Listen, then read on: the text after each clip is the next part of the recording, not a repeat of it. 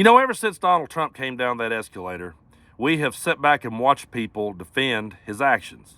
And we've sat back and waited to see when they would finally wake up and say, we can't defend this man anymore.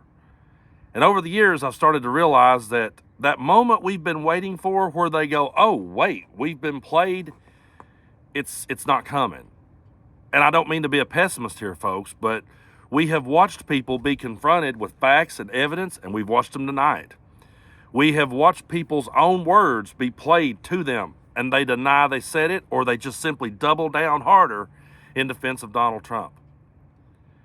And when I stumbled across these clips of Nancy Mace, who is a Republican representative from South Carolina, I said to myself, I think this lady just bought the patent on how to defend Donald Trump, and she's definitely going to be at the bottom of the ocean with him when the ship finally goes down.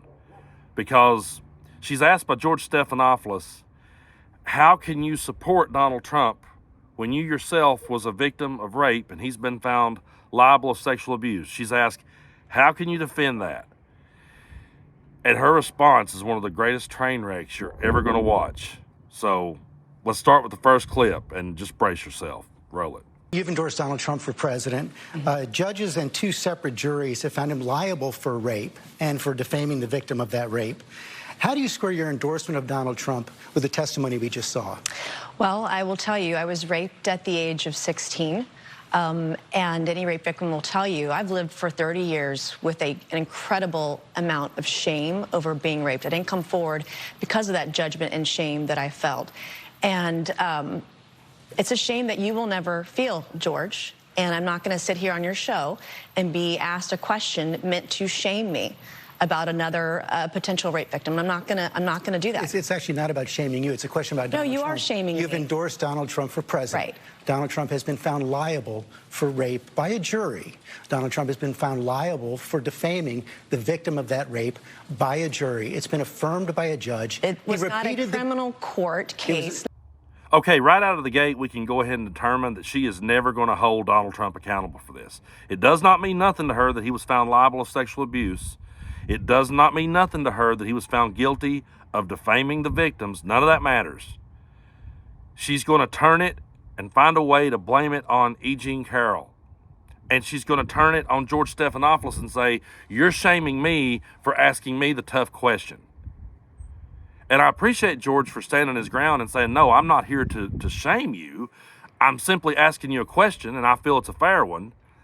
But man, if you think it couldn't get any worse than that clip, trust me, it just keeps snowballing. It just keeps getting worse from here. Roll the clip. Political choices. I'm asking you a question about why you endorse someone who's been found liable for rape. It was not a criminal court.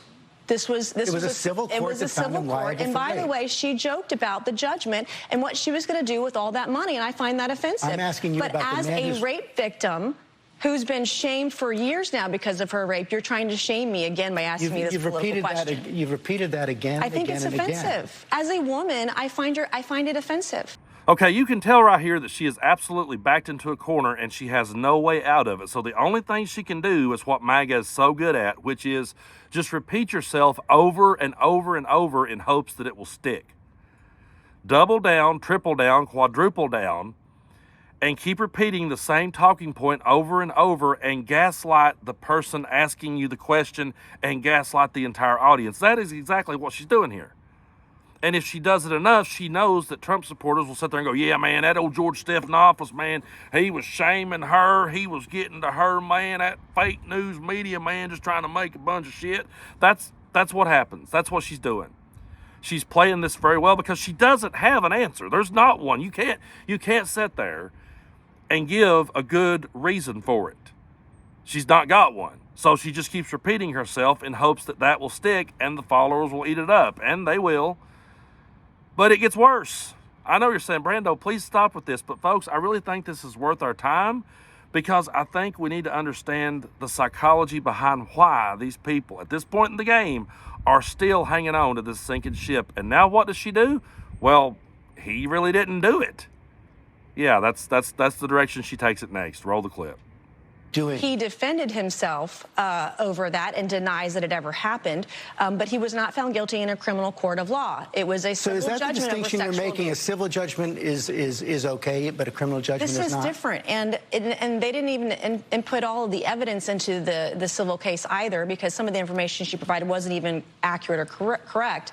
But to sit here and ask me as a rape victim to try to shame me for my political choices is wrong, and I think it's offensive. You can repeat that again and again and again. And I'm going to, because I find it deeply offensive. You don't find it offensive that Donald Trump has been found liable for rape? I find it offensive as a rape victim that you're trying to shame me for my political choices. And I've said again repeatedly, E. Jean Carroll has made a mockery out of rape by joking about it. I don't find that funny. Well, rape is not funny. You've made it perfectly clear. Rape is serious. You've made it perfectly clear. You're comfortable. Rape is serious. It is serious. It's not funny, and it shouldn't be made a mockery of. But if you want to defend a woman who made a mockery out of rape, then you go ahead and do that. I'm not going to do that. Well, actually, what you're doing is defending a man who's been found liable for rape. I don't understand how you can do that. Not in a criminal court of law. This was a civil judgment over sexual abuse, not rape, by the way, and she made a mockery out of it. Can we pull up the Washington Post headline right there? In fact, it has been shown to be rape. The judge affirmed that it was, in fact, rape. Donald Trump was found to have committed rape. That's just a fact. That is a civil judgment, not a criminal court. They're two very different things, and you know better. Well, I just showed you the facts. You know better. You show that you're very comfortable with what Donald Trump has done. And what you've done is offensive to women who've been raped. What you've done this morning is offensive. We'll let the viewers decide about that. So she could not say that Donald Trump being found liable of sexual abuse and guilty of defaming the victim was offensive.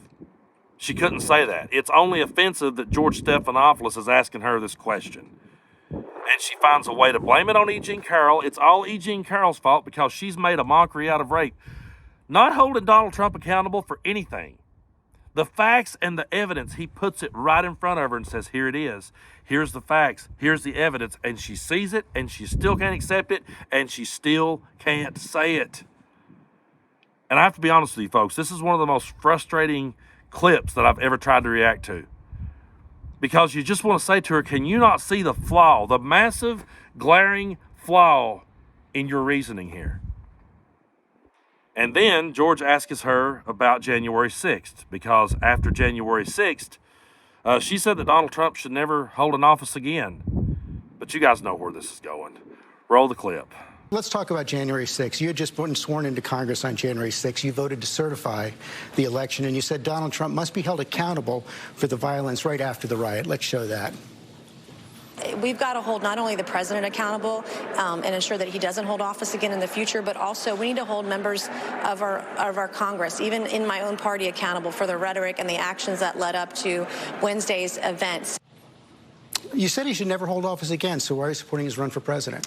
Well, I listened to my voters. I listened to my voters in South Carolina, and they've moved beyond January 6th. I said my piece on January 6th. I was very clear about how I felt about it.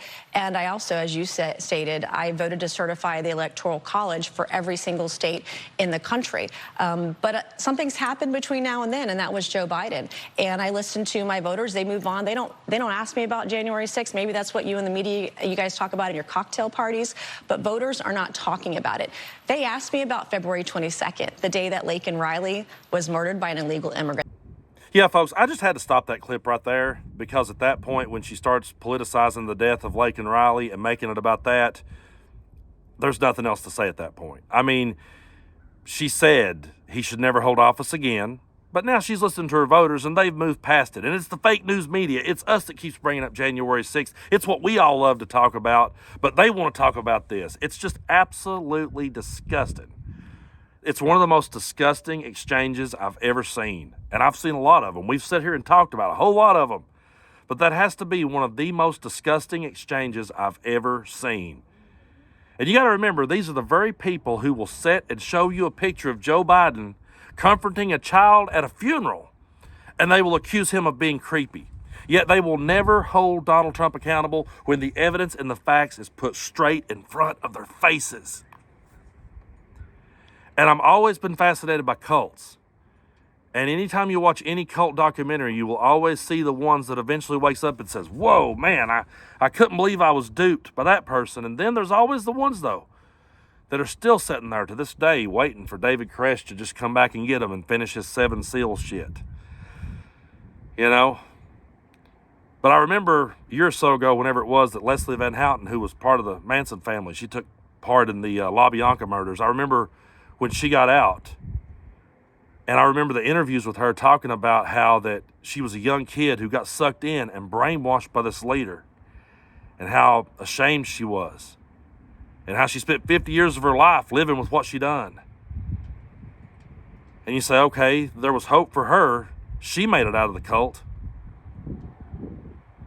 Took her 50 years, but she did. And then here's Nancy Mace, just holding on to it all the way down.